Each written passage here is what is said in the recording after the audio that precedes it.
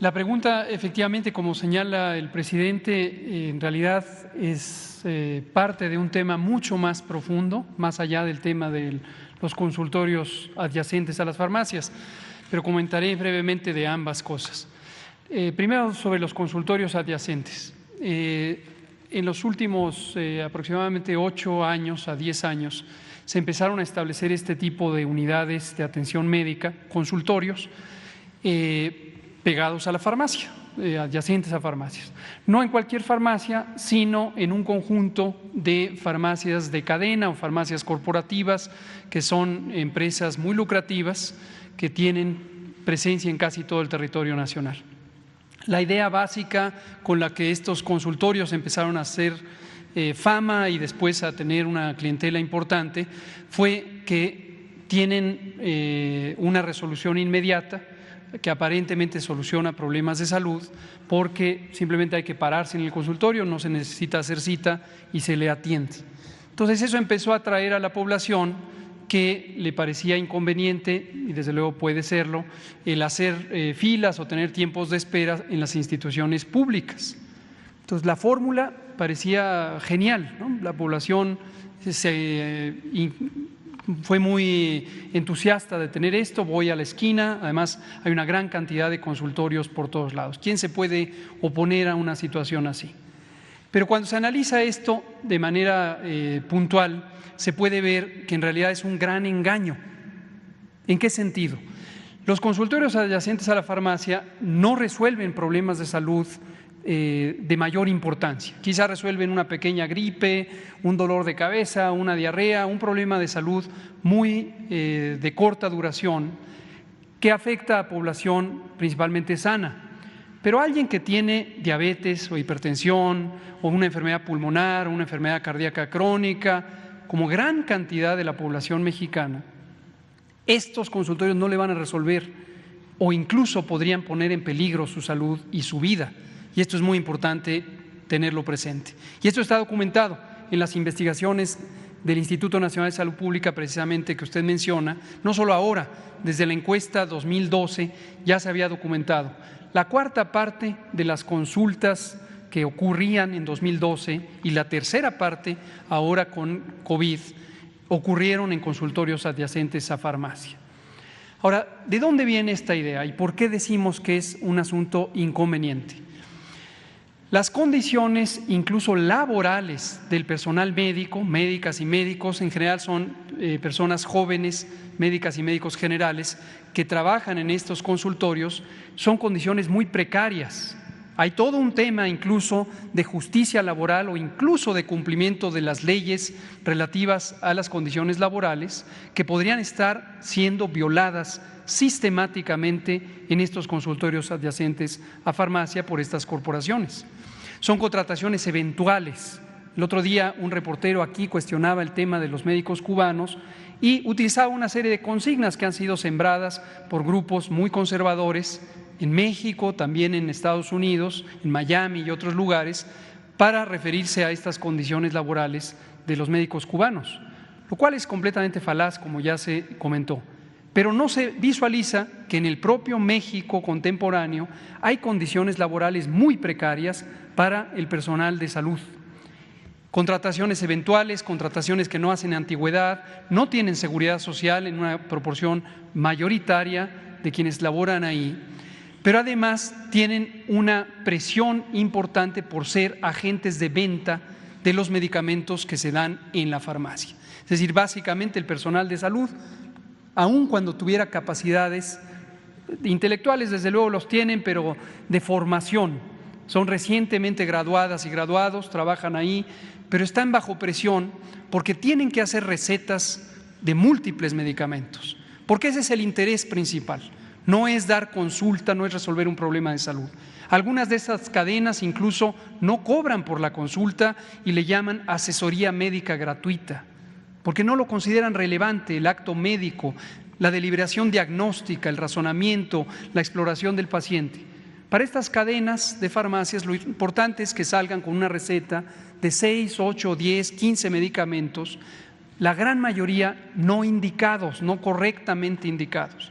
Abuso en el uso de antibióticos. En COVID vimos muy problemático el abuso de antibióticos, de esteroides, que causaron muchas complicaciones o incluso la muerte de personas que fueron atendidas en estos consultorios. Ahora, de manera más profunda, ¿cuál es el origen de esto? Ya señalaba el presidente todo este proceso de desmantelamiento del sistema público de salud. Esto lleva los 36 años al menos del neoliberalismo y se está documentado. Los propios exsecretarios de salud que participaron en este proceso lo han documentado, casi es una confesión de parte, no hay ninguna difamación.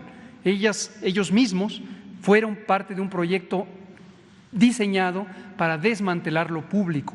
Esto empezó en el sexenio de Miguel de la Madrid. El secretario de entonces era el doctor Guillermo Soberón Acevedo, que ha sido muy influyente en el mundo médico, exrector de la UNAM también, en paz descanse, murió hace un año, y él formuló, incluso teóricamente, el proceso de desmantelamiento de lo público para sustituirlo por lo privado. Siguieron, por supuesto, los correspondientes secretarios de salud, de Salinas, de Zedillo, de Fox, de Calderón, de Peña Nieto.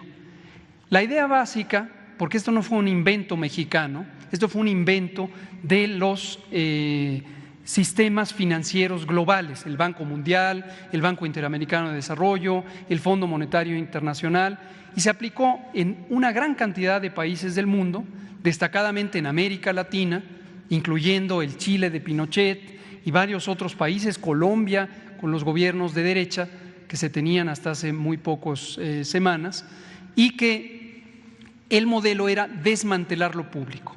¿Por qué razón? La salud es una empresa muy lucrativa en el mundo. Hay grandes corporaciones de todo lo que tiene que ver con salud.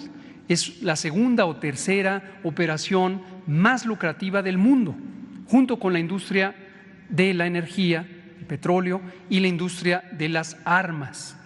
Entonces, en los años 80 se visualizó que se necesitaba expandir mercado para todas estas corporaciones y se forzaron estos modelos como parte de las llamadas en su momento reformas estructurales para desmantelar los sistemas públicos de salud y de seguridad social y sustituirlos por entidades privadas, corporaciones hospitalarias, corporaciones de farmacéuticos y también de distribución de medicamentos, aseguradoras, fondos de inversión, etcétera, etcétera. El Seguro Popular en su momento es la expresión mexicana del modelo que fue impuesto por estos organismos financieros internacionales. Y básicamente la apuesta fue que el sector privado iba a ser capaz de proveer servicios de salud para la población, pero al sector privado, en el caso mexicano es clarísimo, incluso más dramático aún que en los otros países, no le interesó invertir en la salud de la población. Lo que le interesó es ocupar estos nichos de oportunidad financiera, de dinero, para hacer negocios oportunistas con algunos servicios accesorios, servicios de laboratorio, servicios de consultas externas, y empezó todo este modelo de subrogación de servicios, es decir, el sector público, en vez de dar los servicios y tener al personal, tener las instalaciones, tener los insumos y el equipamiento, subcontrataba a veces a empresas. En el caso mexicano también un signo característico es la gran corrupción, empresas surgidas de la nada entre amigos de funcionarios, de políticos de alto nivel de influencia, que fueron creando corporaciones de laboratorios, corporaciones de hemodiálisis, de cirugía de estancia corta, de hemodinamia, etcétera, etcétera. Una de las instituciones públicas más devastadas por esto ha sido el ISSSTE. El ISSSTE en su momento, en los años 90, tuvo una reducción de más de 60% del financiamiento público, 60%. El IMSS, 40% en ese mismo periodo, en la década de los 90. Y después, en las décadas siguientes, lo que se empezó es a desmantelar. En los 90 todavía había debates políticos sobre privatizar o no privatizar, y hubo movilizaciones sociales de defensa de la seguridad social y de la salud pública. Después dijeron, ya no discutamos, desmantelemos las instituciones privatizándolas silenciosamente. el modelo, los servicios subrogados, los servicios integrales, y entonces se empezó a subcontratar. Y estas instituciones eran simplemente oficinas de contratación de los amigos de los políticos o los políticos mismos que en su momento se fueron adueñando de todas estas corporaciones. Ahora, el tema de regular es importante. En este momento, con este desmantelamiento que hubo, no hay una oferta suficiente, es decir, no hay cantidad suficiente, ya lo ha mencionado el presidente muchas veces, de médicas y médicos, o de instalaciones físicas, de consultorios, de centros de salud.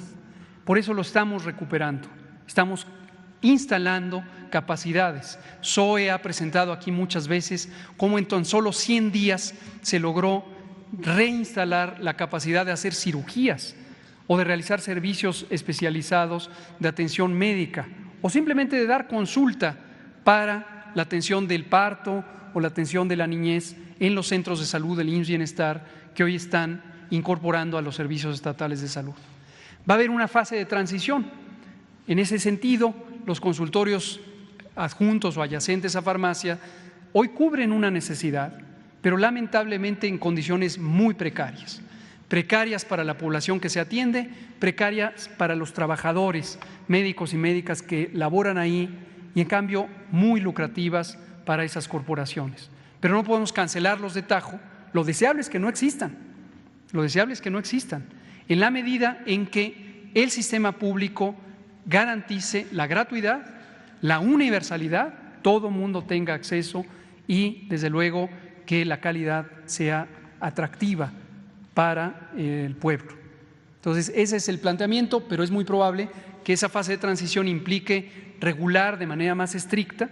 Parte de la corrupción, parte del desmantelamiento fue el uso discrecional de las agencias de regulación, en el caso nuestro COFEPRIS, para dar permisos a diestra y siniestra y permitir estas operaciones que son de muy baja calidad. Gracias. Gracias.